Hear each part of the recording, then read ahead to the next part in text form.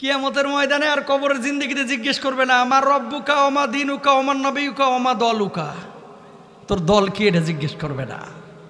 কথা বুঝেন নাই? কিয়ামতের ময়দানেও জিজ্ঞেসিত হবে না, জিজ্ঞেস করা হবে দুনিয়ার জিন্দেগিতে আল্লাহ আল্লাহ রাসূলের আনুগত্য করেছো কি না। আবু বকর সিদ্দিক রাদিয়াল্লাহু তাআলা আনহু, আপনি মুনাফিকি আলামত আপনার ভিতরে আছে কিনা দেখবেন। কোরআনের আয়াত নিয়ে যখন অপব্যাখ্যা হয়, আল্লাহ আল্লাহ রাসূলের ইজ্জত নিয়ে যখন টান মারা হয়, যদি কলিজায় আগুন জ্বলে জানবেন ইমানের তেজ আছে, যদি আগুন না জ্বলে জানতে হবে ইমান নিভে গেছে। ঠিক কেনা? তা আবু বকর দ্বিতীয়বার বলতেছে খবরদার বলিস না আর একটা বার আল্লাহরে ফকির, আমি কিন্তু রেগে আছি। আবার বলছে, তৃতীয়বার যেমনি বলছে তোমার আল্লাহ ফকির মিসকিন, ওই ইয়াহুদি এবার যাইবি কই, ডান হাত তুলে আবু বকর কই সেই ইয়াহুদির গালে থাপ্পড় বসায় দিছে। আল্লাহু আকবার। এবার ইয়াহুদি গালের মধ্যে হাত দিয়া আল্লাহর নবী বিশ্বনবী সাল্লাল্লাহু আলাইহি ওয়াসাল্লামের বাড়ির দিকে দিলেন দৌড়। ওই ইয়াহুদি গিয়ে বলছেন, গো মুহাম্মদ সাল্লাল্লাহু আলাইহি ওয়াসাল্লাম কি শিখান আপনি সাহাবীদেরকে, কি শিখান? কয় কি হয়েছে? আপনার সাহাবীরা তো ইহুদি ধরে ধরে মারে। কে মেরেছে তোকে, কে মেরেছে তোকে? আপনার আবু বকর মারছে। আল্লাহর নবী বললেন, আমি বিশ্বাস করি না, আমি বিশ্বাস করি না আমার আবু বকর কাউরে অন্যায়ভাবে মারতে পারে না। আবু বকরে আমি নতুন করে চিনি না, নরম মেজাজের আবু বকর, বহু আগে থেকে আবু বকর আমি চিনি, অন্যায়ভাবে মারতে পারি না। ডাকেন ডাকেন, আপনার আবু বকরকে ডাকেন। আল্লাহ নবী ডাকলেন, আবু বকর কি শুনলাম, কি শুনলাম তুমি নাকি ইহুদিরে মেরেছো, এটা সত্য নাকি? ওগো আল্লাহর নবী, ওই জালেম এমন একটা অন্যায় করেছে যে অন্যায়ের কারণে তারা আমি মারতে বাধ্য হয়েছি। আবু বকর কি অন্যায় করেছে ওই জালেম? ওগো আল্লাহর নবী, কতদিন যায় একটা নাজিল হয়েছে মানদাল্লাযী ইউকরিদুল্লাহ করদান হাসান, আল্লাহর ঋণ দেওয়ার কথা বলা হয়েছে। এই আয়াতের অপব্যাখ্যা করে একবার না, দুইবার না, তিনবার আমার আল্লাহর ফকির মিসকিন বলে গালি দিয়েছে। ওগো আল্লাহর নবী, ওই জালেম যদি আমারে গালি দিত, আমার বাপ মারে গালি দিত, আমি আবু বকর কিছু বলতাম না। কিন্তু আমার সামনে আমার আল্লাহকে, আমার নবীকে কেউ কটাক্ষ করবে, আমার কোরআনের আয়াতের অপব্যাখ্যা করবে, আমি আবু বকর হাত গুটিয়ে বসে থাকতে পারি না। তিনবার যখন আল্লাহরে গালি দিয়েছে, অপব্যাখ্যা করেছে, আমি তখন দাপ্পড় বসাইছি। আল্লাহর নবী ইহুদিকে বললেন, কিরে ইহুদি, কি শুনলাম তোর ব্যাপারে, তুই নাকি আমার আল্লাহ রব্বুল আলামিনের গালি দিয়েছিস? কয় না না না, আমি সত্য বলছি, আপনার আল্লাহরে গালি দিই নাই। আবু বকর মিথ্যা কথা বলতেছে। আল্লাহর নবী আবু বকরকে বললেন, আবু বকর কি শুনলাম, কি শুনলাম, তুমি নাকি মিথ্যা কথা বলতেছো? আবু বকর জবাব দিল, গো নবীজি, ঈমান আনার পর থেকে আবু বকরের জবান দিয়ে কোনোদিন মিথ্যা কথা বাইর হয় নাই, কোনোদিন মিথ্যা কথা বাইর হয়। ওগো আল্লাহর নবী, মেরাজের পরে সর্বপ্রথম স্বীকৃতি আমি দিয়েছিলাম, আপনি তো আমার সিদ্দিক উপাধি দিয়েছিলেন। সুবহানাল্লাহ বলেন। আল্লাহর নবী চিন্তিত হয়ে পড়লেন, যদি বিচার না করে ওই ইহুদির বাচ্চা গোটা মদিনায় ছড়ায় দেবে। মুহাম্মদ সাল্লাল্লাহু আলাইহি ওয়াসাল্লাম নিজ গোত্রের লোক দেখে বিচার করে নাই।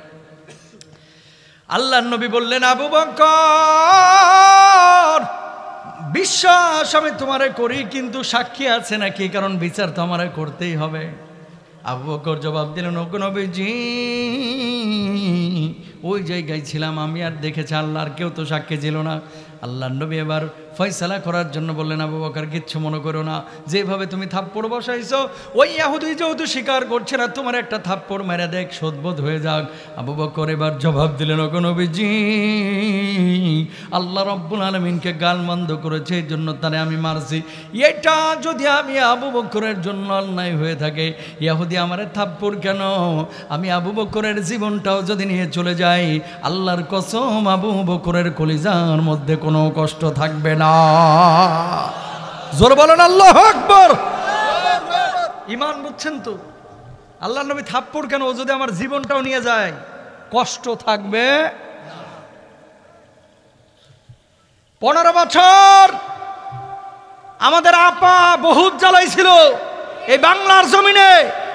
অনেক মানুষ এরকম আবু বকরের মতো চুপ হয়ে সহ্য করেছে, ওই কাফের মুশরিকদের মতো এরা অনেক মুসলমানের উপর অত্যাচার করেছে। ঠিক কিনা ভাইরা? বলতেছে আল্লাহর নবী, আপনি আমার মারার কথা বলতেছেন কেন? ও যদি আমার জীবন নিয়ে যায়, আল্লাহর গালি দিয়েছে এই জন্য আমি মারছি।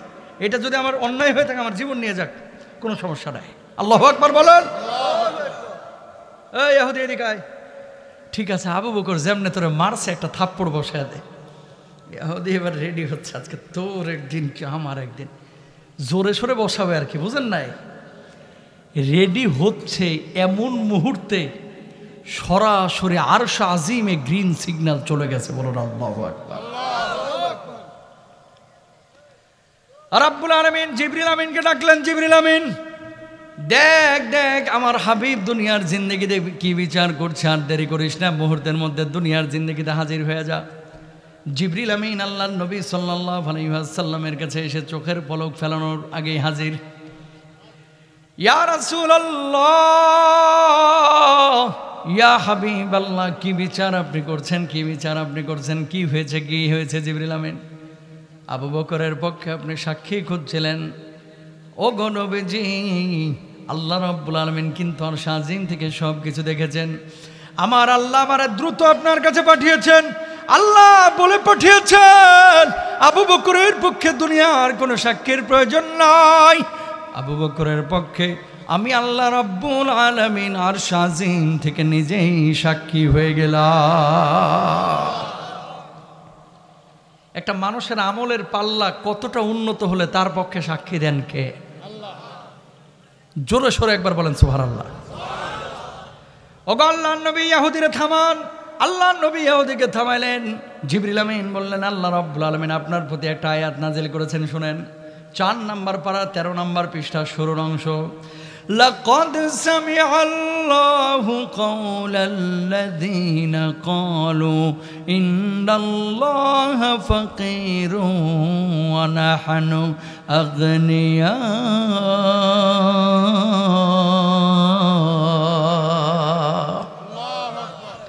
আল্লাহ রাব্বুল আলামিন তার কথা শুনেছেন যে আমার আল্লাহকে ফকির বলেছে, যে আমার আল্লাহকে মিসকিন বলেছে।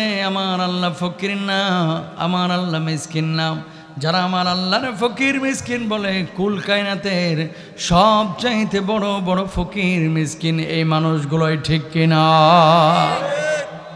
ও মুসলমান, আবু বকর আপনার আমার চাইতে নামাজ কম পড়তো না বেশি?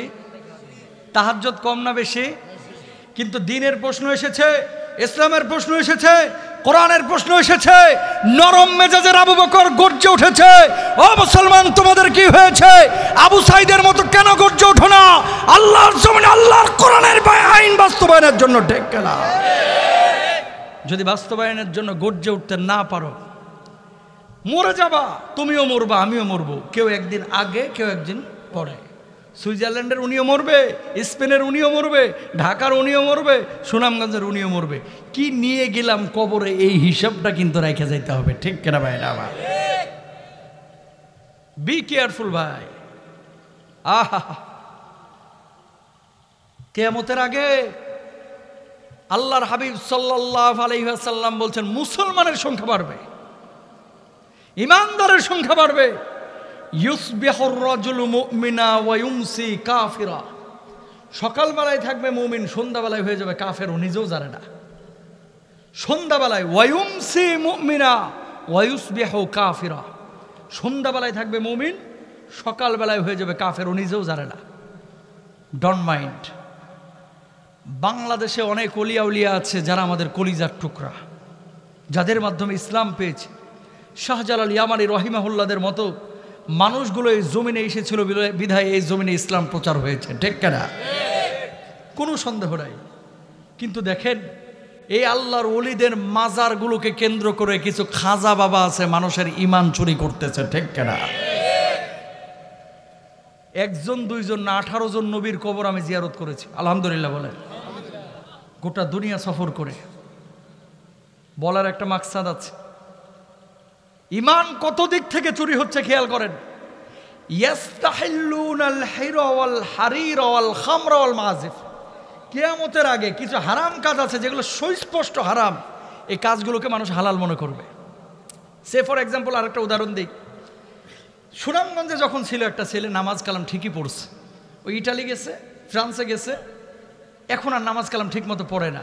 চিন্তা করে, ইটালি আসছি আধুনিক মানুষ, লন্ডনে গেছি আধুনিক মানুষ, ও 2-1 বোতল মদ মারলেও কিছু হয় না। কথা বলেন না কেন? হালাল মনে করে খাচ্ছে।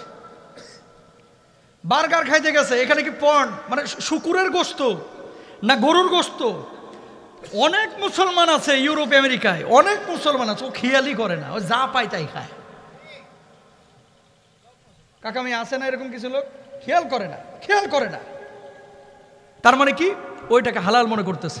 তাকান, নবী আম্বিয়া আলাইহিমুস সালাতু ওয়াস সালামদের কবর, 18 জনের কবর জিয়ারত করলাম, কোনো কবরে শিরিক দেখলাম না।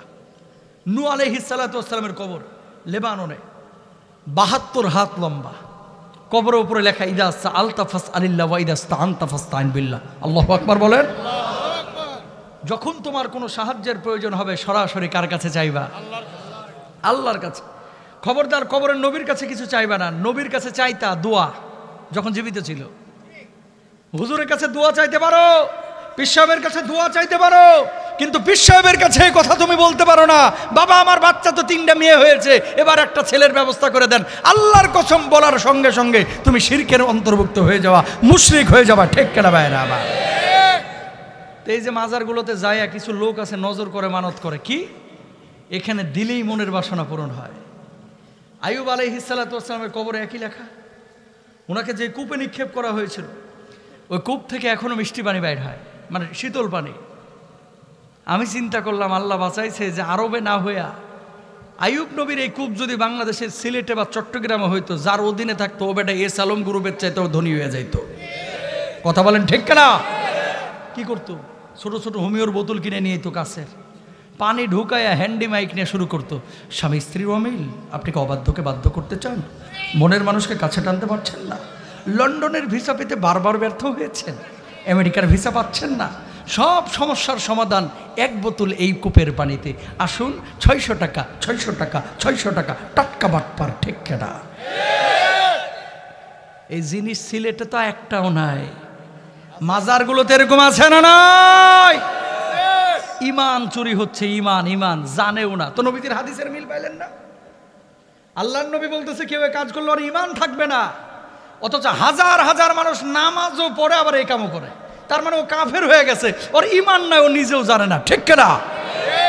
আরেকটা জিনিস দেখেন, লালন শাহর মাজার কুষ্টিয়ায়, সারাদিন গাঁজা নিয়ে ডলাডলি করে। কথা বলেন না কেন? এখানে গিয়েও মানুষ ইসলাম খুঁজে, এগুলোই মনে হয় ইসলাম। দেখেন, এটাকে হালাল মনে করতেছে, জিনিসটাকে কিন্তু হালাল মনে করে করতেছে, কিন্তু এটা হারাম। নবীজি সাল্লাল্লাহু আলাইহি ওয়াসাল্লাম বলেছেন, সকালবেলায় থাকবে মুমিন, সন্ধ্যাবেলায় হয়ে যাবে কাফের, ও জানেও না। এদের চাইতে কপাল পুরো আর কেউ নাই ভাই পৃথিবীতে। এই জন্যই বলি মধ্যমপন্থী হন।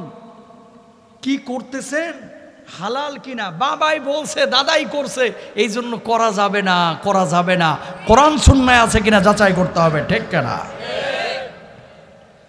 প্রিয় ভাইরা আমার, খেয়াল করেন, সূরা ওয়াকিয়ার মধ্যে আল্লাহ রাব্বুল আলামিন বলেছেন, ওয়া কুনতুম আজওয়াজান সালাসা ফাআসহাবুল মাইমানাতি মা আসহাবুল মাইমানা ওয়া আসহাবুল মাশআমাতি মা আসহাবুল মাশআমা ওয়াস-সাবিকুনাস সাবিকুনা উলাইকাল মুকাররাবুন।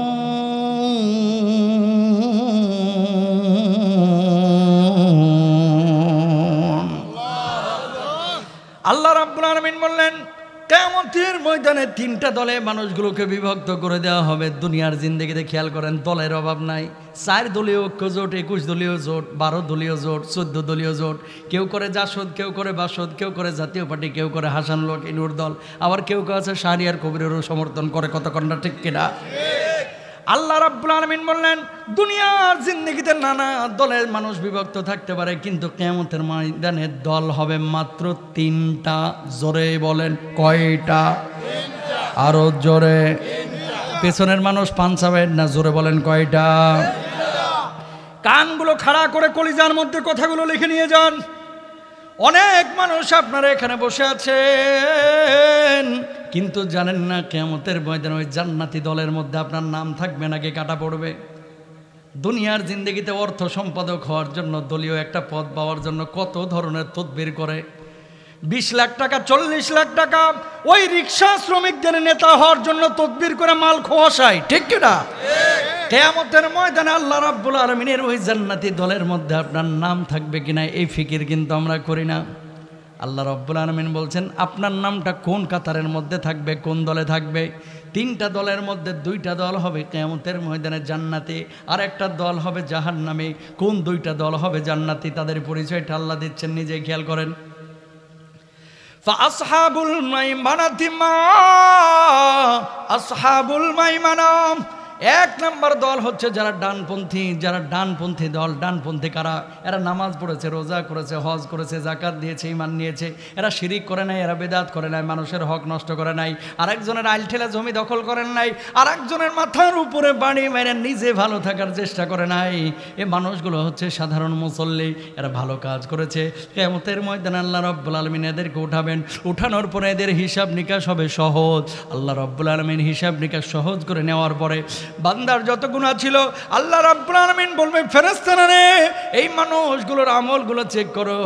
আল্লাহ রাব্বুল আলামিন গুনাহ করেছে আবার নেকিও করেছে, কিন্তু গুনাহগুলো সগীরা গুনাহ। আল্লাহ রাব্বুল আলামিন তখন বলবে আমার এই গোলামগুলোর ওই সগীরা গুনাহগুলো আমি আল্লাহ রাব্বুল আলামিন ক্ষমা করে দিলাম, এই মানুষগুলোকে আমার জান্নাতে ঢুকা দে।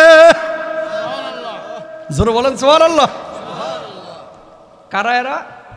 যারা নামাজ পড়েছে, রোজা করেছে, হজ করেছে, জাকাত দিয়েছে, হালাল যত কাজ আছে সব হালাল কাজগুলো করেছে, হারাম কাজগুলোকে উষ্টা মেরা নদীতে ফেলায় দিছে, হারামের ধারে কাছেও যায়নি। এরা হচ্ছে ডানপন্থী দল। আল্লাহু আকবার।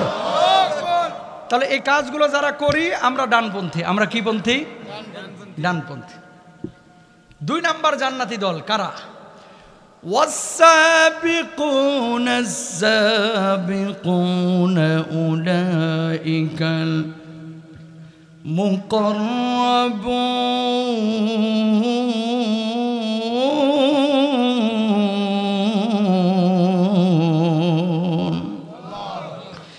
2 নাম্বার জান্নাতি দল আল্লাহ রাব্বুল আলামিনের নৈকট্য প্রাপ্ত হবে। এই মানুষগুলো আল্লাহ রাব্বুল আলামিনের মুখোমুখি থাকবে, কাছে থাকবে। এই মানুষগুলো কারা? এই মানুষগুলো নিজের অধিকার আদায়ের জন্য যারা শহীদ হয়েছে। 5 আগস্টের আগে আমাদের রংপুরের আবু সাইদ পুলিশের গুলির সামনে বুক পেতে দিয়েছিল, পুলিশ গুলি করে মেরে ফেলাইছে। নিজের অধিকার আদায়ের জন্য কেউ যদি মারা যায় আল্লাহর নবী বলছে সে শহীদ। ওমান মাতা ফি সাবিলিল্লাহি ফাহুয়া শাহীদুন, যে ব্যক্তি আল্লাহর রাস্তায় লড়াই করে মারা যায় সে শহীদ। ওমান মাতা ফিল গরিকি ফাহুয়া শাহীদুন, যে পানিতে ডুবে মারা যায় সে শহীদ। সুনামগঞ্জে কয়েকদিন আগে বন্যা হলো, এই বন্যার মধ্যে নদীর মধ্যে পানির মধ্যে পড়ে অনেকেই গোপনে মারা গিয়েছে, হয়তোবা আপনারা জানেনও না। 2-4জন বাচ্চাও মারা গিয়েছে, হয়তোবা আপনারা জানেনও না। আল্লাহ রাব্বুল আলামিনের রাসূল বলছেন কেউ যদি পানিতে ডুবে মারা যায় তাকে আল্লাহ রাব্বুল আলামিন শাহাদাতের মহৎ দান করেন, মর্যাদা দান করেন। ওমান মাতা ফিল মাবতুনি ফাহুয়া শাহীদুন, পেটের পীড়ায় আক্রান্ত হয়ে কেউ যদি মারা যায় সেও শহীদ।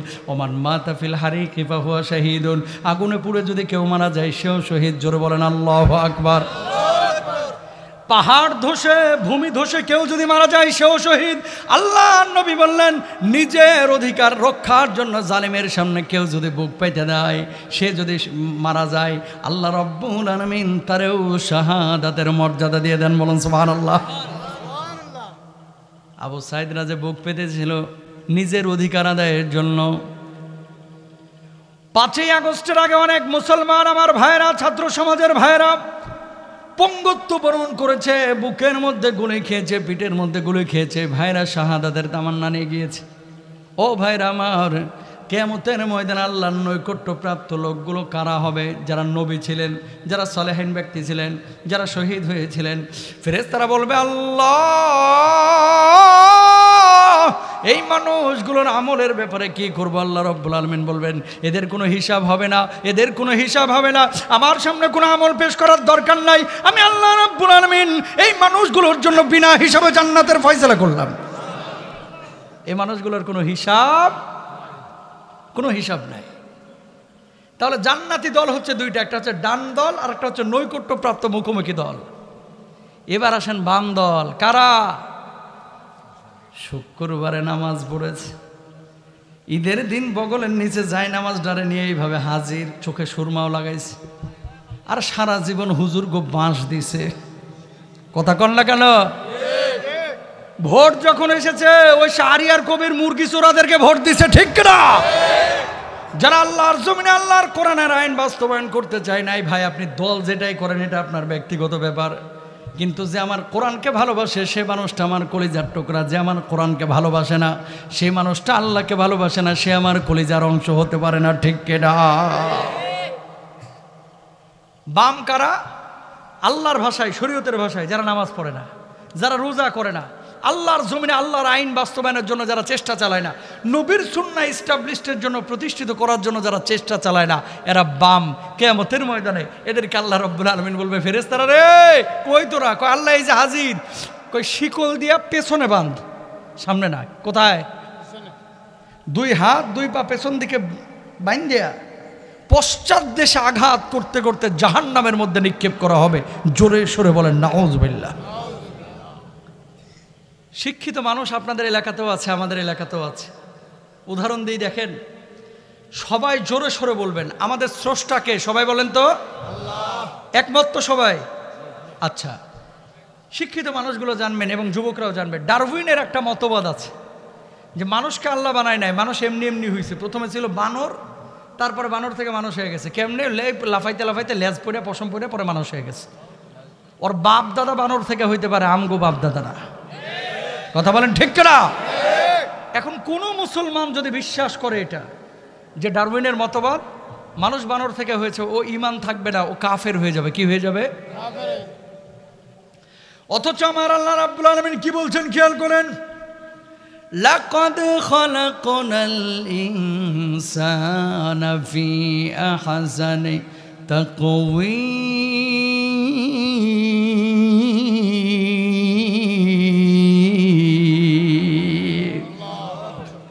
সুন্দর আকার আকৃতি দিয়ে আমি আল্লাহ রাব্বুল আলামিন মানুষকে বানাইছি।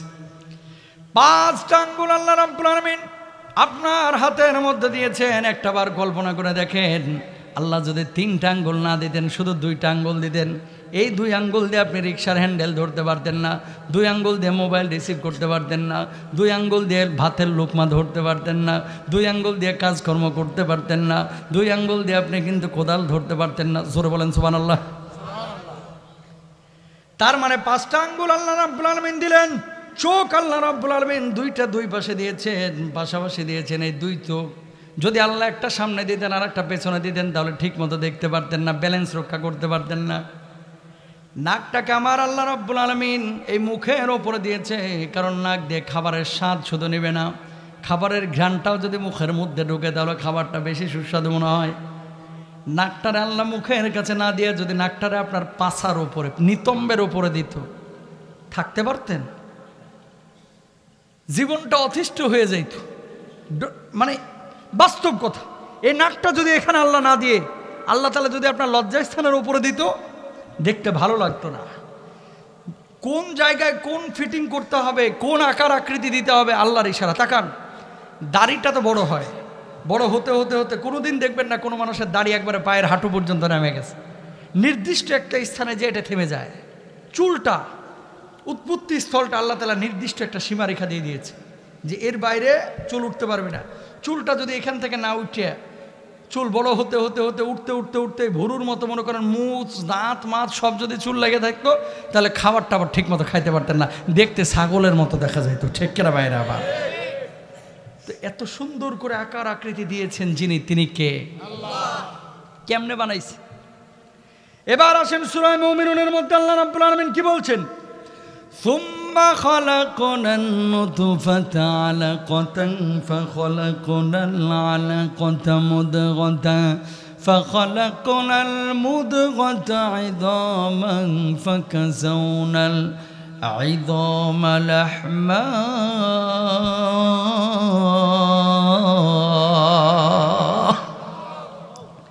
কিভাবে আল্লাহ আপনারে বানাইছে?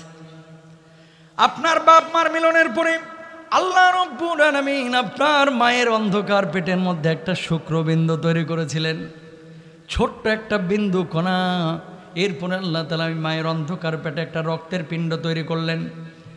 ওটারে জোকের মতো দেখা যায়, যে জোক, এই যে জোক আপনার পায়ে ধরে না জোক, এই জোকটাকে আল্লাহ রাব্বুল আলামিন এবার একটা গোশতের পিণ্ডে পরিণত করলেন মায়ের পেটের মধ্যে। এই গোশতের উপর আল্লাহ রাব্বুল আলামিন আপনার হাতের হাড়, আপনার মাথার হাড়, আপনার বুকের হাড়, আপনার মেরুদণ্ডের হাড়, আপনার পিঠের হাড় লাগাইলেন। হাড়গুলো তখন দেখা যায় তো মাছের কাঁটার মতো চিকন চিকন। তাহলে গোশতের উপরে হাড়ের ফ্রেম বিছাইয়া তখন আপনাকে আল্লাহর রূহ দেয় নাই। ওই হাড়ের উপরে আমার আল্লাহ রাব্বুল আলামিন আবার গোশতের প্রলেপ লাগাই দিলেন। গোশতের প্রলেপ লাগানোর উপরে সাদা কালো চামড়া লাগাইয়া আল্লাহ রাব্বুল আলামিন সুন্দর আকার আকৃতি দিয়ে আপনার মায়ের পেটের ভিতরে তৈরি করলেন। বলেন সুবহানাল্লাহ। খেয়াল করেন, কিছু সন্তান হয় মায়ের মতো, কিছু সন্তান হয় বাপের মতো। কেন হয়?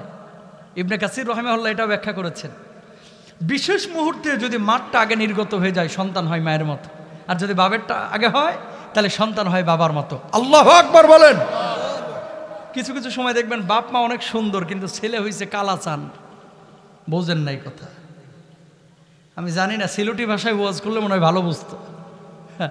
কালাচান বোঝেন না, একেবারে কাইলিয়া কুচকুচিয়া। মানুষজন বাঁকা চোখে তাকাইতেছে আর সন্দেহ করতেছে, কিরে তোর বাপ মা এত সুন্দর, তুই এরকম হইছিস কা? সন্দেহ করে না। ব্যাখ্যা হচ্ছে আদম এবং হাওয়ার সিলসিলা থেকে আমরা এসেছি আলাইহিস সালাতু ওয়াস সালাম। এই যে চেহারাটা পেয়েছে ওর বাপ, বাপের বাপ অথবা তার বাপ, দাদার বাপ অথবা তার বাপ, পরদাদা অথবা নানি, নানির মা, তার মা, তার মা, তার মা, ফুপু বা ফুপুর আত্মীয় স্বজন কেউ একজন, মানে ব্লাড কানেক্টেড যে সমস্ত রিলেটিভ আছে, কেউ না কেউ তার মতো চেহারায় ছিল। এই জন্য আল্লাহ সুবহানাহু ওয়া তাআলা তার চেহারাটা জেনেটিক্যালি আল্লাহ রাব্বুল আলামিন দিয়ে দিয়েছেন। বলুন সুবহানাল্লাহ। তাহলে আল্লাহ রাব্বুল আলামিন মায়ের পিঠের মধ্যে একটা শুক্রবিন্দু তৈরি করলেন, তারপরে গোশতের পিণ্ড, এর উপরে হাড়ের ফ্রেম দিলেন, তার উপরে আবার গোশতের প্রলেপ, তার উপরে সাদা কালো চামড়া লাগাইলেন। বাচ্চা এখনো নড়াচড়া করে না। এবার আল্লাহ তাআলা ইশারা করলেন রূহকে, যা যা যাওয়ার কলিজার মধ্যে হিট কর। বাচ্চাকে যখন ইশারা করলেন, বাচ্চার রূহকে যখন ইশারা করলেন, আল্লাহ রাব্বুল আলামিনের পক্ষ থেকে ওই রূহটা এসে মায়ের পেট ভেদ করে সন্তানের হৃৎপিণ্ডের মধ্যে আঘাত করলো। সঙ্গে সঙ্গে বাচ্চাটা মায়ের পেটের মধ্যে 3.5 মাস 4 মাস পরে পিল পিল পিল পিল করে মাছের মতো নড়াচড়া শুরু করলো। বলুন আল্লাহু আকবার। এর পেটের মধ্যে যখন বাচ্চাটা নড়তেছে, মা যখন প্রথম সন্তানের স্বাদ পায়, বাচ্চাটা যখন প্রথমে নড়াচড়া করে, ও ভাই, একজন মায়ের কাছে এই মুহূর্তটা পৃথিবীর সবচাইতে সেরা মুহূর্ত, এর চাইতে সুখ করার মুহূর্ত আর হইতে পারে না। মা তখন বাপের হাত ধরে বলে, প্রিয়তম স্বামী তুমি তো আব্বা হইতে চলেছ। মায়ের কাছে ফোন দিয়ে বলে, মা তুমি তো নানি হইতে চলেছ। শাশুড়ির কাছে গিয়ে বলে, আপনি তো দাদি হইতে চলেছেন। একটা বাচ্চা পেটের মধ্যে আসতেছে, অথচ গোটা বংশের সবাই তখন খুশি, ঠিক কেডা? এবার আল্লাহ কি বলতেছেন তাকান, বুঝেন। এখন না হলে ঘুষি মেরে আপনার দাঁত ভাঙা যায় না, আপনার মাথা ভাঙা যায় না, বুকে ঘুষি মারলেও হাড় ভাঙা যায় না। আর ওই ছোট্ট বাচ্চা যখন ইঁদুরের বাচ্চার মতো ছিলেন পেটের ভিতরে, ঘুষিকে আঙ্গুল দিয়ে টোকা মারলে মাথার গিলু পটাশ করে বাইরে যাইত। কথা বলেন না কেন, ঠিক কেনা? এখন না হলে আপনার হাড়গুলো শক্ত। তা আল্লাহ দেখেন কত বড় কুদরতওয়ালা। আল্লাহ চিন্তা করলেন, মা বাথরুমে বসে, মা বড় মাছ কাটে, মা তরকারি রান্না করে, মা দৌড়ঝাঁপ করে, মা বাচ্চা স্কুলে নিয়ে যায়, মা অনেক সময় হাঁটাচলা করে। তো মায়ের পেটের সাথে যে যখন কাপড় খাচ্ছে পেটে চাপ পড়ে না? তো এই ছোট বাচ্চাটা কচি হাড়গুলো চিপসের মতো মরমর করে ভাঙ্গে ভিতরে গুড়ে হয়ে যাওয়ার কথা ছিল, ঠিক কিনা কথা? কারণ কচি হাড় তো। আল্লাহ কি বললেন এবার, এই ফেরেশতারা, সাদা বেলুনের মতো একটা প্যাকেট আমি আল্লাহ ইশারা করতেছি মায়ের পেটের মধ্যে তৈরি কর। একটা সাদা বেলুনের মতো প্যাকেট তৈরি করা হলো। ফেরেশতারা বলছে, আল্লাহ এবার কী করবো? কয় 2 লিটার 2.5 লিটার পিচ্ছিল পানি ওর ভিতরে ঢুকায় দেওয়া হলো। আল্লাহ এবার কী করবো? কয় বাচ্চাটার এবার ভাসিয়ে দেওয়া হলো। আল্লাহ এবার কী করবো? মায়ের হাইজের রক্তটা বন্ধ করে দে। আল্লাহ এবার কী করবো? কয় সন্তানের নারীর সাথে নাভির মধ্যে যে নারীটা আছে, এই নারীর সঙ্গে মায়ের নারীটার একটা সংযোগ তৈরি করে দে। আল্লাহ দিলাম তৈরি করে, সংযোগ করে। এবার কি করব? কয় এবার তোর ডিউটি নাই, বাকি কাজ আমি দেখতেছি। আল্লাহ শুধু ইশারা করে, কুন ফায়াকুন, বলে আর হয়ে যায়। মায়ের হায়েজের রক্ত বন্ধ করে আল্লাহ রাব্বুল আলামিন মায়ের মুখের রুচি বাড়াইয়া দিয়া এবার একটা খাবারের অংশ সন্তানের পেটে দেয়, আর একটা অংশ মায়ের পেটে দেয়। বলুন সুবহানাল্লাহ। এখন প্রশ্ন জাগে, হুজুর তাহলে এই সাদা প্যাকেটটা তৈরি করার দরকারটা কি ছিল? তাকান, বাচ্চাটারে যে আল্লাহ ভাসায় দিছে মায়ের পেটের মধ্যে, মা এবার ডান দিকে গেলে বাচ্চা একাই বাম দিকে চলে আসে, মা বামে আসলে বাচ্চা একাই ডান দিকে আসে, মা দাঁড়াইলে বাচ্চা নিচে ঘাপটি মেরে বসে থাকে, মা যখন বসে থাকে বাচ্চা উপরে গিয়ে ঘাপটি মেরে বসে থাকে, মা যখন রাত্রিবেলায় ঘুমায় বাচ্চা পেটের মধ্যে নাড়াচাড়া করে। স্বামীকে ডাক দিয়ে অনেক সময় বউরা বলে, দেখো পেটের মধ্যে এখনই যে নাচানাচি করতেছে, দূরে এসে করবে ডাকি, ঠিক না? এই ঘটনা যিনি ঘটাইছেন তিনি কে? আল্লাহ। তো এই যে বানরের বাচ্চাগুলো যে বলে, ডারউইনের মতবাদ যারা বিশ্বাস করে যে মানুষ বানর থেকে এসেছে, ওর বাপ দাদা বানর হইলো, আমাগো বাপ দাদা বানর না, ঠিক না ভাইরা? আমাদের স্রষ্টা কে? তো বামপন্থী হওয়া যাবে না, হইলে ডানপন্থী হবেন। তাকান, এই পৃথিবীতে কেউ আপনাকে নিঃস্বার্থ ভালোবাসে না ভাই। এই যে মাটা এত কষ্ট করেছে, তাকান, পৃথিবীর বুকে মানুষ আপনার অবস্থানকে ভালোবাসে, আপনাকে ভালোবাসে না। আপনার অবস্থানকে ভালোবাসে যে কয়দিন মাল আছে, ক্ষমতা আছে, প্রভাব আছে, টাকা পয়সা আছে, সে কয়দিন সালাম কালাম আছে। এলাকায় ছিন্নমূল হয়ে যান, বুড়ে আঙ্গুলের সমানও পাত্তা দিবে না, বেল দিবে না, ঠিক না ভাই? নিঃস্বার্থ যদি এই দুনিয়ায় কেউ আপনাকে ভালোবাসে, খুব মনোযোগ দিবেন, আপনার মা, আপনার মা, আপনার মা, এরপর আপনার বাপ, আর কেউ না। সন্তান ল্যাংড়া লুলা হয়ে যায়, তারপরও মা সন্তানকে ছাড়ে না। লন্ডন থেকে যখন আসেন, সৌদি থেকে যখন আসেন, কাতার থেকে যখন আসেন, আহা, বউ বলে এটা এনো, শালিকা বলে এটা এনো, ভাই বলে এটা এনো, ছেলে বলে এটা এনো, দাবি দেওয়ার শেষ নাই। বিমানে কয় কেজি পায় এটা হিসাবও করে না। বুড়িমার কাছে ফোনটা দিয়ে দেখেন, মা কত মানুষ কত কিছু চাচ্ছে, তোমার জন্য কিছু নিয়ে আসি। মা জবাব দিবে, নারী ছেড়া ধন, বুকের মানিক, আমার তোকে দরকার, তোকে, আমার মোবাইল দরকার নাই, সোনা গহনা দরকার নাই। এয়ারপোর্ট থেকে সবাই যখন গাড়ি নিয়ে আসে, সবাই লাগেজের দিকে তাকায়, কয় লাগেজ আনছে? বুড়ি মাটা আপনার মুখের দিকে তাকায়, মুখের দিকে, এর নাম মা, ঠিক না? জানেন না কত কষ্ট করেছে ভাই আপনার জন্য, হাতটা জোর করে বলতেছে। এক সময় পকেট ভরা টাকা আসবে, কিন্তু ওই বুড়া বাপ মার থাকবে না।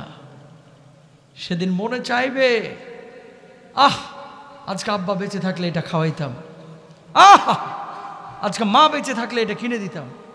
মনটায় চাইবে, কিন্তু আর পাবেন না। পৃথিবীর বুকে বাপ মার খেদমত করে কোনোদিন কেউ ফকির হয় নাই।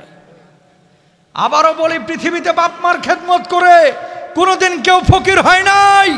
বাপ মার খেদমত না করে অনেকেই ফকির মিসকিন হয়েছে, ঠিক না? বাপ মার দোয়া বড় দামি জিনিস। হুমা জান্নাতুকা নার, বাপ মা তোমার জান্নাত, বাপ মা তোমার জাহান্নাম। আল জান্নাতু তাহতা আকদামিল উম্মাহাত, মায়ের পায়ের নিচে তোমার বেহেশত। আল্লাহু আকবার বলেন। নামাজ পড়া যেমন ফরজ, বাপ মার খেদমত করা তেমনই ফরজ করেছেন কে? আল্লাহ। প্রিয় ভাইরা আমার, আল্লাহর হাবিব সাল্লাল্লাহু আলাইহি ওয়াসাল্লাম কয়েকজন সাহাবীকে জিহাদের ময়দানে যাওয়ার জন্য পারমিশন দিলেন। একজন সাহাবী পেছনে দাঁড়িয়ে দাঁড়িয়ে কান্না করতেছেন, ওগো আল্লাহর নবী, আপনি আমার জিহাদে যাওয়ার জন্য পারমিশন দেন। আল্লাহর নবী বললেন, না না, জিহাদে যাওয়ার তোর কোনো প্রয়োজন নাই। কেন আল্লাহর নবী? আমি জিহাদের ময়দানে যাব না, বাড়ির মধ্যে যা, জানি তোর বুড়িমা আছে, সেই বুড়িমার খেদমত কর। ওগো আল্লাহর নবী, এরা যে জিহাদের ময়দানে গিয়েছে এরা তো অনেক সওয়াব পেয়ে যাবে, আমি তো সেই সওয়াব পাবো না। আল্লাহর নবী তখন জবাব দিলেন, ওরা জিহাদের ময়দানে যুদ্ধ করে যে পরিমাণ সওয়াব পাবে, তোর বাড়িতে তোর বুড়িমার খেদমতের কারণে আল্লাহ রাব্বুল আলামিন তোর আমল নামায় সেই সওয়াবের ব্যবস্থা করে দিবে। জোরে বলেন না সুবহানাল্লাহ। তাকান, হাতটা দেন। এই যে ভাইয়ের হাতটা নরম, আমার হাতটা নরম। এখানে অনেক মুরব্বী বসে আছেন, এই সন্তানের জন্য খাটতে খাটতে তুলতুলে হাতগুলো আজকে লোহার মতো শক্ত হয়ে গেছে। কথা বলেন না কেন? শীত আসতেছে কয়দিন পরে, ল্যাপ কাঁথা কম্বল দিয়ে ফজরের পরে ছেলেরা ঠিকই ঘুমিয়ে থাকে, আর বাপটা ভ্যানের হাতল ধরে, রিক্সার হাতল ধরে ঠিকই বাইরে হয়ে যায়, থরথর করে কাঁপতে কাঁপতে। শত শত দিন এরকম হয়েছে, রাস্তায় একটা জিনিস বাপের খাইতে মন চাইছে কিন্তু খায় না, চিন্তা করেছে আমি খাবো, মুখের মধ্যে নিয়েছে, অমনি ছেলের কথা মনে পড়েছে, প্যাকেটে ঢুকায় নিয়ে বাড়িতে চলে এসেছে। ছোটবেলার কথা মনে করেন তো, ঈদগাহে যখন যাইতেন, খেয়াল করে দেখেন, পৃথিবীর ম্যাক্সিমাম বাবাই ঈদের আগে ছেলে মেয়েদের জন্য পেরেশান হয়ে যায়, কি কিনে দিবে, টাকায় কুলাইতে পারতেছে না, ঋণ করে হলো নতুন জামা জুতার ব্যবস্থা করে দিচ্ছে। আপনার আব্বাকে জিজ্ঞেস করেন, আব্বা তুমি তো প্রতি বছর নতুন কিনে দাও, তুমি কিনো না কেন? ম্যাক্সিমাম বাপের জবাব কি জানেন? দুর্ভোগ, আমার তো গত বছরের ডাই ছিঁড়ে নাই, ঠিক কিনা? বাপেরও মন চায়, কুলাইতে পারে না। তোমার জন্য বাপের চেহারাটা নষ্ট হয়ে গেছে।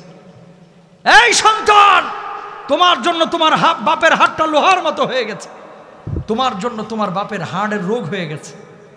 চিন্তা করতে করতে সোনার চামচ নিয়ে জন্ম নিয়েছে তো টের পাও না। তোমার বাপের ত্যাগ, তিতিক্ষা, সাধনা, পরিশ্রম এগুলো দেখো নাই। আল্লাহর নামে হলফ করে বলছি ভাই, নামাজ পড়া যেমন ফরজ, তোমার বাপ মার খেদমত করা তেমনই ফরজ। বাপ মার খেদমত করো, আল্লাহর জান্নাতে যাবা। বাপ মাকে কেউ কষ্ট দিবা না, ইনশাল্লাহ। জোরে বলেন।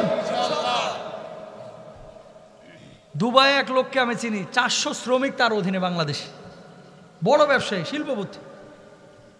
আমি বললাম লোকটা মানে পড়াশোনা করে নাই বাংলাদেশে, নিজের নামটাও ঠিক মতো লিখতে জানে না। বড় হওয়ার পিছনে কারণটা কি? হুজুর নামাজ কালাম ঠিক মতো পড়তাম, 4 ভাই, কেউ বাপ মার খেদমত করে নাই, কিন্তু আমি কখনো বাপ মাকে ছাড়ি নাই। রাজমিস্ত্রির কাজ করছি দুবাই এসে, তারপরেও বাপ মাকে খেদমত করেছি টাকা পয়সা দিয়া। যেদিন আমার ব্যবসা ওঠা শুরু হইল, দুবাই বড় হচ্ছে, প্রথম ইনকামের টাকা নিয়ে মাকে নিয়ে গেলাম উমরায়। আমার বুড়িমা জীবনে কল্পনাও করে নাই গরিব মানুষ যে কাবা দেখবে। যেদিন মাকে কাবার পাশে দাঁড় করায় দিলাম, মা কাবার গেলাপ ধরে শুধু একটা কথা আল্লাহকে বলতেছিল, আল্লাহ আমার এই বাজানকে দুনিয়াতে ঠেকায়ও না। আল্লাহ রাব্বুল আলামিন এই মায়ের দোয়ার বদলতে আজকে দুবাইয়ের মতো জায়গায় আমার শিল্পপতি বানায় দিয়েছে। বলুন আল্লাহু আকবার। তো মা বাপের দোয়া থাকলে অনেক কিছু সম্ভব, বাপ মার দোয়া না থাকলে সম্ভব না। সুন্দরী বউ পাইয়া বুড়া বাপ মার কথা ভুলে যায়। আহা, হাড় ভাঙা পরিশ্রম করে, আমার বুঝে আসে না।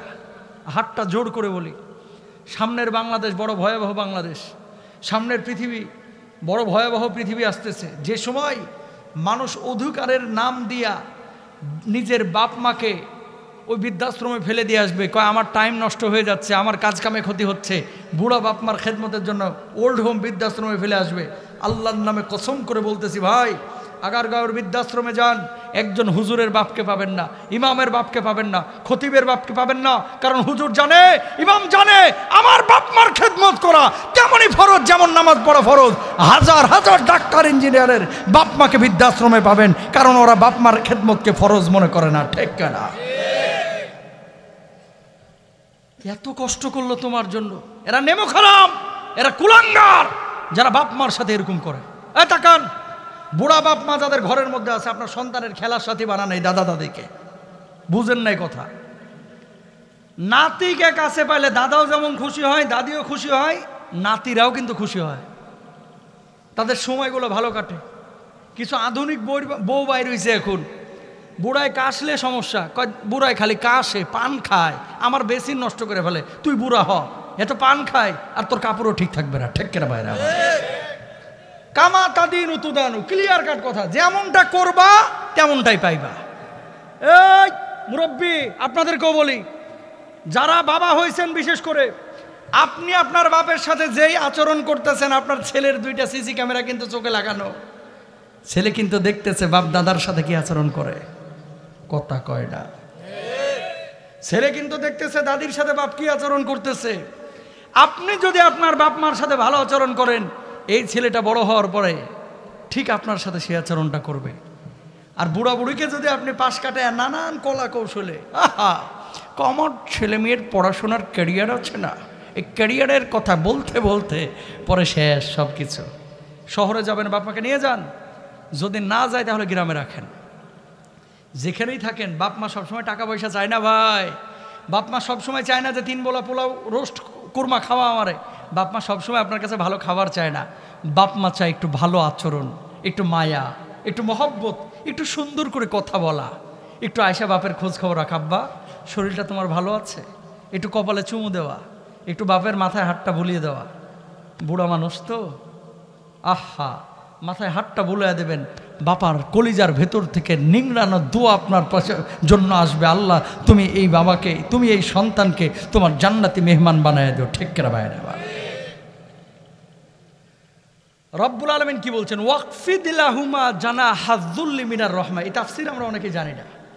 সূরা বনী ইসরাঈলের মধ্যে যে বলছে না জানাহাযুল্লি, জানাহাযুল্লি মানে কি অনেকেই জানি না। তাকান, ফাতহুল মাজিদের মধ্যে লেখা হচ্ছে, আপনাদের এলাকায় যখন বৃষ্টি হয় দেখবেন মা মুরগি বাচ্চা নিয়ে যেগুলো ঘুরে, পাখা দুইটাকে বিমানের মতো এরকম খালি করে দেয় মা মুরগি, আর কুকুর কুকুর কুকুর করে ওই বাচ্চাগুলোরে ডাকে, ছোট বাচ্চাগুলোরে, ভিজে যাবি তাড়াতাড়ি আয় আমার কাছে আয়। বাচ্চাগুলো যখন দুইটা পাখার নিচে আসে, মা মুরগি আস্তে করে পাখাটা নিচে নামায় দেয়। মা মুরগি পানিতে ভিজে কাকের মতো হয়ে যায়, থরথর করে কাঁপে, অথচ বাচ্চাগুলোর ভিজতে দেয় না। বাচ্চাগুলো টুকটুক করে এদিক সেদিক তাকায়, খেয়াল করে দেখেন। এগুলো তো অনেক শিক্ষা আছে ভাই। মা মুরগি থরথর করে কাঁপতেছে, কিন্তু বাচ্চাগুলো খেলতেছে ভিতরে ওই পাখার নিচে, গরম ভাব, টুকটুক করে এদিকে তাকাইতেছে, পোকা খাচ্ছে। আল্লাহ রব্বুল আলামিন বলছে, তোর বাপ মা যখন বিশেষ করে বুড়া বুড়ি হয়ে যাবে, খবরদার বাপ মাকে উফ শব্দ করার মতো সুযোগও দিস না, কোনো কষ্ট দিস না। শত ঝড় ঝাপটা তোর উপর দিয়ে চলে যাবে, বাপ মাকে বুঝতে দিস না। কারণ মানুষ যখন বুড়া বুড়ি হয়ে যায় শিশুদের মতো হয়ে যায়, শিশুদের মতো হয়ে যায়। বলুন আল্লাহু আকবার। আর কিভাবে বুঝাবো? এই ছেলেরা বলেছিল হুজুর কিয়ামতের আগের কিছু কথা বললেন। এই যে আলোচনাগুলো করলাম প্রত্যেকটা কিয়ামতের আগের কথা।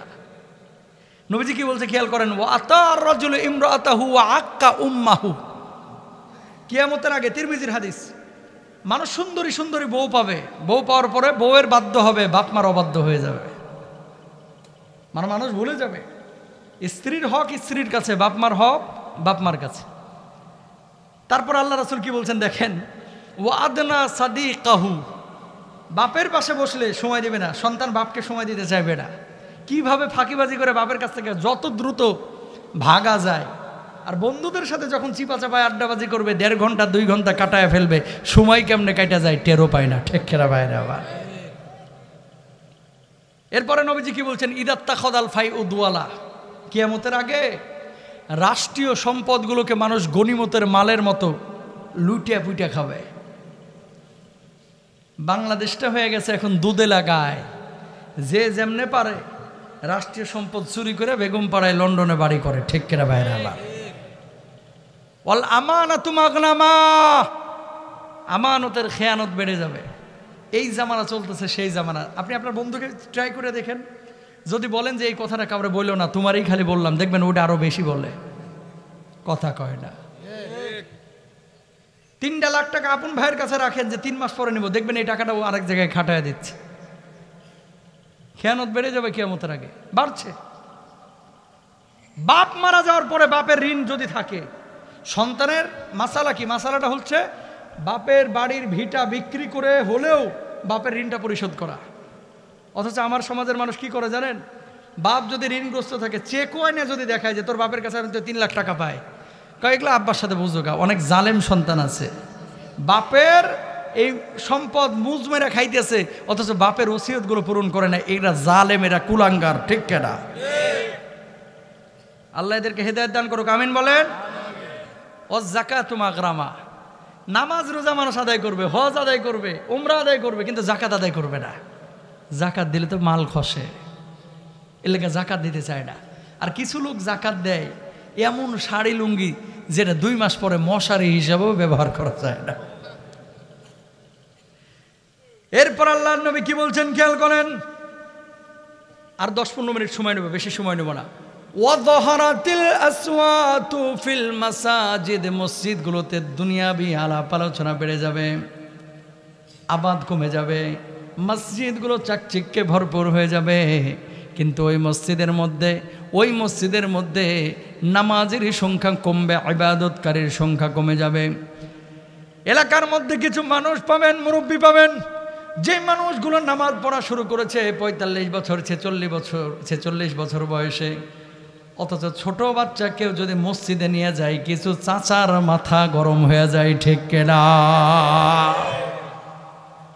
যে এলাকায় ছোট বাচ্চা মসজিদে নেওয়া হয় না, ওই এলাকায় ডাকাত তৈরি হয় বেশি। এত ইসলাম বুঝেন না। নবীজি সেজদায় গিয়েছে, নবীজির নাতি এসে ঘাড়ের উপরে বসছে, নবীজি জামাতের ইমাম। সাহাবীরা মাথা উঠাইতেছে না, কিরে নবীজির ইন্তেকাল হয়ে গেছে নাকি, নবীজি মাথা উঠায় না কেন? অনেকক্ষণ পরে সাহাবী এই নবীজি মাথা উঠাইছেন, সাহাবীরা মাথা উঠাইছেন তাকবীর বলে। সাহাবীরা উঠে বুঝতে পারলেন যে নবীজির নাতি নবীজিকে ওই যে সিজদায় গেলে ঘোড়ার মতো ধরে থাকে না, ওরকম আল্লাহর নবীকে ধরে রাখছে। নবীজি মাথা আর উঠাইতে পারেনি, চিন্তা করছে ছোট মানুষ তো, মাথা উঠাইলে ধাপ করে পড়ে যাবে, এই জন্য নবীজি সিজদা দীর্ঘ করেছেন। আল্লাহু আকবার বলবেন না? হাসান হুসেন রাদিয়াল্লাহু তাআলা আনহুমা, নবীজি জুমার খুতবা দিচ্ছেন লাঠি নিয়ে, হাসান এবং হুসাইন এসে নবীজি জুব্বা টানতেছে। নবীজি 1-1.5 মিনিট খুতবা বন্ধ করে দিলেন, হাসান হুসাইনের কপালে চুমু এঁকে দিলেন। হাসান হুসাইন আবার পাখির মতো ফুরুত করে দৌড় মারে মসজিদ থেকে বাইর হয়ে গেলেন। নবীজি তারপরে আবার খুতবা শুরু করলেন। আমি এই হাদিস পড়ার সময় চিন্তা করছিলাম, আল্লাহ বাঁচাইছে যে নবীজি এই জামানার ইমাম ছিলেন না। যদি নবীজি জীবিত থাকতো আর এরকম কোনো ঘটনা ঘটতো, সভাপতি সাহেব সেট করে উঠে ফত করে বলতো, আসরের আগে যেন মসজিদ থেকে আপনি বাইর হন, চাকরি আপনার আর নাই। খুতবার সময় নাতিকে আদর মারান, ঠিক কিনা? বাচ্চার বয়স 7 বছর হয়েছে, 5 ওয়াক্ত মসজিদে নেওয়ার চেষ্টা করবেন ইনশাল্লাহ, বলেন বাচ্চাদেরকে মসজিদে নেন। এটা ভুল কনসেপ্ট আমাদের বাংলাদেশ। হ্যাঁ, যে বাচ্চারা প্রস্রাব পায়খানা আটকে রাখতে পারে না, এদের কথা ভিন্ন। সব বাচ্চা কিন্তু ডিস্টার্ব করে না। বাচ্চারা হচ্ছে কাদার মতো, যেভাবে গড়বেন সেভাবে গড়বে। মসজিদে নিয়ে যাবেন, 2 দিন দুষ্টামি করবে, 3য় দিন দেখবেন ও বুঝে যাবে যে এখানে দুষ্টামি করতে হয় না, ঠিক কিনা? সুতরাং বাচ্চা কাচ্চা নেবেন না ইনশাল্লাহ। ওয়াসাদাল কাবিলাতা ফাসিকুহুম, এই কথাটা বললে এখন অনেক লিডারের গায়ে লেগে যাবে। আমি লিডারকে কষ্ট দেওয়ার জন্য বলতেছি না, হাদিসের কথা বলতেছি। সমাজের পাপিষ্ঠ লোকগুলো নেতৃত্ব নেওয়ার জন্য, লিডার হওয়ার জন্য ব্যস্ত হয়ে যাবে, অথচ তারা পাপিষ্ঠ, তারা সৎ মানুষ না। এই জামানা চলতেছে সেই জামানা, ঠিক না? সৎ মানুষগুলোকে ক্ষমতা দিতে চাইবে, এরা দেখবে যে না, নিতাম না, পারবো না। আর যেগুলো চাঁদাবাজ, যেগুলো রংবাজি করে, 2টা সিঙ্গারার একটা কোক খাওয়ায়া আরে স্লোগান, আমার নেতার চরিত্র ফুলের মতো পবিত্র, নামাজ পড়ে না এক ওয়াক্ত, কথা বলেন ঠিক কেনা? 2টা সিঙ্গারা একটা কোক, 500টা টাকার জন্য মিথ্যা মানুষকে ভোটও পর্যন্ত অনেকে দেয়, ঠিক কেনা ভাইরা? আবার কিয়ামতের আগে এগুলো ঘটবে, আল্লাহ নবী বলেছে। এরপরে দেখেন নবীজি কি বলছেন, ওয়াকানা জাইমুল কওমি আরজালুহুম, সমাজের যারা নিচু শ্রেণীর, বিশাল বিশাল বিল্ডিং টিল্ডিং করবে, এরা মাল গনে শেষ করতে পারবে না। রাখাল শ্রেণীর মানুষগুলো বড় বড় দালান অট্টালিকার মালিক হয়ে যাবে। ওয়া উকরিমার রাজুলু মাখাফাতা শাররিহি, মানুষ মানুষকে সম্মান করবে ভয় পাইয়া, ভালোবাসে না। লিডার যখন সামনে দিয়ে যায়, আসসালামু আলাইকুম স্যার, ভালো আছেন স্যার? স্যার আসতে কোনো কষ্ট হয়নি তো স্যার? স্যার আপনার শরীরটা ভালো তো স্যার? স্যার রাস্তাঘাটের কী অবস্থা স্যার? মানে স্যার স্যার করতে করতে ভাই, কয়েকদিন আগে ভিডিও ফাঁস হইল না একটা, আপা আপনি নরম হইলে তো আমরা নরম হয়ে যায় আপা। 7 মিনিটে 58 বার আপা কয়ে ফেলাইছে সামনে, আপা আপা আপা আপা আপা আপা, sir sir sir sir, leader leader leader, সামনে থেকে সরে যায়, ফোনটা রাখে, কয় জালেমটা মরে না কা, কথা বলেন না কেন? চায়ের দোকানে বসে আছে, লিডার হাইটা যায়, কই ভালো আছেন তো স্যার? সামনে থেকে যাওয়ার পরে বদমাইশটা মরবে কবে, এর জ্বালা আর ভাল লাগতেছে না, আছে না নাই জোর বলেন?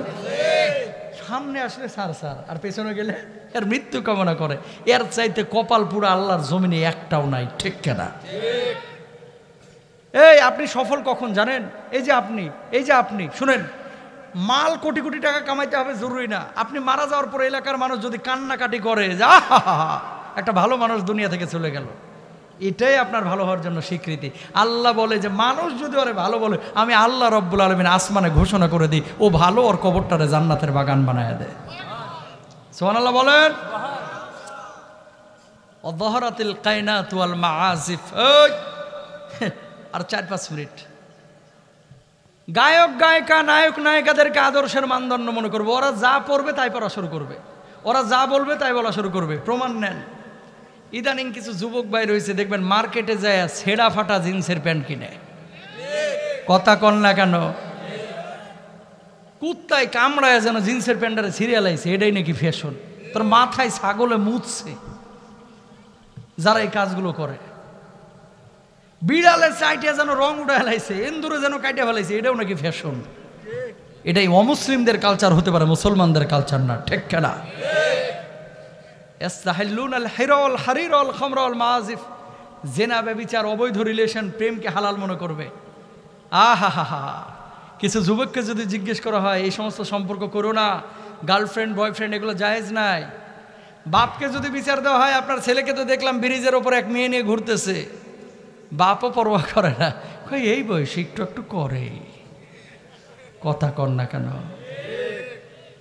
বয়স হয়ে গেছে 33 বছর, বিয়ে দেয় না। বিয়েটাকে সহজ করেন, জেনাটা অটোমেটিক বন্ধ হয়ে যাবে, ঠিক না? আর ছেলেদেরকে বলবো, তোমাদের যাদের এই যে চাকরি বাকরি করতেছে, বাপ মা বিয়ে দিতেছে না, বিয়ার ওয়াজ আমাদের বহুত আছে, ইউটিউব থেকে নিয়ে ডাউনলোড করে সারাদিন মোবাইলে বাড়িতে জোরে করে ছাইড়া রাখবা। বাপ মা বুঝুক ছেলের কিছু একটা প্রয়োজন, ঠিক না? বিয়ে দিবেন দ্রুত ইনশাল্লাহ, বলেন। এক শ্রেণীর মেয়ে কিয়ামতের আগে বাইর হবে, যারা খোপাগুলো পরবে উঁটের মতো, উঁটের পিঠের মতো। কিছু মহিলা আছে হিজাব করে, সত্যি ভালো, খোঁপাডারে চুক্কা করে উঁটের পিঠের মতো এই কোনা দিয়ে উঠায় রাখে, কথা কর না কেন? হিজাব করলা তুমি, আর মুখে আটা ময়দা সুজি মারলা 1.5 কেজি, লাভটা হইল কি? ওর ভাই ঝামা দিয়ে ঘষাও মেকআপ উঠানো যাচ্ছে না। এগুলো ফাইজলামি, এগুলো তামাশা, এগুলো ইসলাম করতে নিষেধ করেছেন। পর্দার সাথে ছেলেরাও চলবেন, মেয়েরাও চলবেন ইনশাআল্লাহ। চিকন পোশাক পরবেন না, মোটা পোশাক পরার চেষ্টা করবেন। অশুরিবাতিল খমর, মদ পানের প্রবণতা বেড়ে যাবে। সব শেষে নবীজি বলেছেন, নেশা জাতীয় জিনিস বেশি ব্যবহার করবে মানুষ। হুজুর মদ খায় না, মাঝে মাঝে গাঁজায় 2-1টা টান মারি। মদ যেমন হারাম, গাঁজাও তেমনই। বিড়ি খাওয়া তো জায়েজ। পৃথিবীর একমাত্র খাবার যার গায়ে লেখা আছে এটা খাইলে মরবি, তাও খায়, কথা কয় না। বিড়ির গায়ে লেখা আছে ধূমপান মৃত্যু ঘটায়, ধূমপান ক্যান্সারের কারণ, ধূমপান স্বাস্থ্যের জন্য হানিকর, ক্ষতিকর। আবার গালে ক্যান্সারের পুটলা ছবি কোনাই এইচডি আকারে দেওয়া আছে, তারপরও খায়। আমি চিন্তা করি, এই লেখাটাই যদি কেকের গায়ে লেখা থাকতো, কেকের বা বিস্কিটের প্যাকেটের গায়ে, যে এই বিস্কিট ক্যান্সারের কারণ, এই বিস্কিট খেলে মৃত্যু হবে, এই বিস্কিট স্বাস্থ্যের জন্য ক্ষতিকর, যেই দোকানদার ওই বিস্কুট বেচতো ওরা সাপের মতো পিডিয়া মেরে ফেলাইতো, কথা কর না কেন? বেটা বিস্কুট খেলে ক্যান্সার হবে, তুই এই বিস্কুট বেচোস খা। একই জিনিস কিন্তু সিগারেট বেচতেছে, লেখা আছে তুই খালি মরবি, তাও খায়। কেন খায়? হুজুর সকালবেলা না খেলে পেটটা ক্লিয়ার হয় না, আছে না নাই? আর নতুন নতুন যেগুলো খাওয়া শুরু করেছে এগুলো আবার মনে করেন চিপা চাপাই যায়। আর একজনের হুন্ডা নিয়ে গেছে ব্রিজের কোনায়, একজন তো খায় নিয়মিত, আরেকজন খায় না, তা খায় আছে। কয় দোস্ত 2 টান মারলে কিছু হবে না, দেখ না কি স্বাদ বেটা। এগুলো হচ্ছে ইবলিসের আপন মামাতো ভাই, ঠিক কেনা ভাইরা আমার? শুরুটা কিন্তু এভাবেই হয়, চিপা চাপাই নিয়া নিজে তো খাই, কই 2 টান মার বেটা, কিচ্ছু হবে না, মার। হ্যাঁ তো সুইনগাম মইনগাম খায় মুখটারে একেবারে ফ্রেশ করে ফেলাইছে আগের জন। আর এটা তো 2 টান মানে বুঝে না যে মুখ গন্ধ হয়ে রয়েছে। বাড়িতে খালি মুখ খোলে না, ড্যাডিও কয় না, আব্বাও কয় না, কথা করে করে বয়ে রয়েছে, কথা বুঝেন নাই? এই সমস্ত বদমাশগুলো আল্লাহ এদেরকে হেদায়েত দান করুক, আমিন বলেন। নেশা জাতীয় কোনো জিনিসের ধারে কাছে আমরা কেউ যাব, এগুলো দাজ্জালি ও ফিতনা। দাজ্জাল কবে আসবে? 2019 সালে, 20 সালে, 30 সালে, 40 সালে, এটা কেউ জানে না। কানা দাজ্জাল এক চোখ নিয়ে আসবে। দেখেন আপনাকে সবশেষ যে কথাটা আমি বলতে চাচ্ছি, এই জামানাতে কিছু বাবা আছে দেখবেন সাপের মতো পেঁচানো লাঠি নিয়ে ঘুরে, লাল শালু কাপড় পরে, দাঁতগুলো তরমুজের বিচির মতো, চুলে জটা, গা ধয় না 2-3 বছর, শরীর দিয়ে ছাগলের মুতের মতো গন্ধ বাইর হয়, ভাবসাব এরকম যে জান্নাত থেকে গত রাতে পালায় আসছে, কথা বলেন না কেন? এই মানুষগুলোকে অনেক আল্লাহর ওলি মনে করে বাংলাদেশে, কথা বলেন না কেন?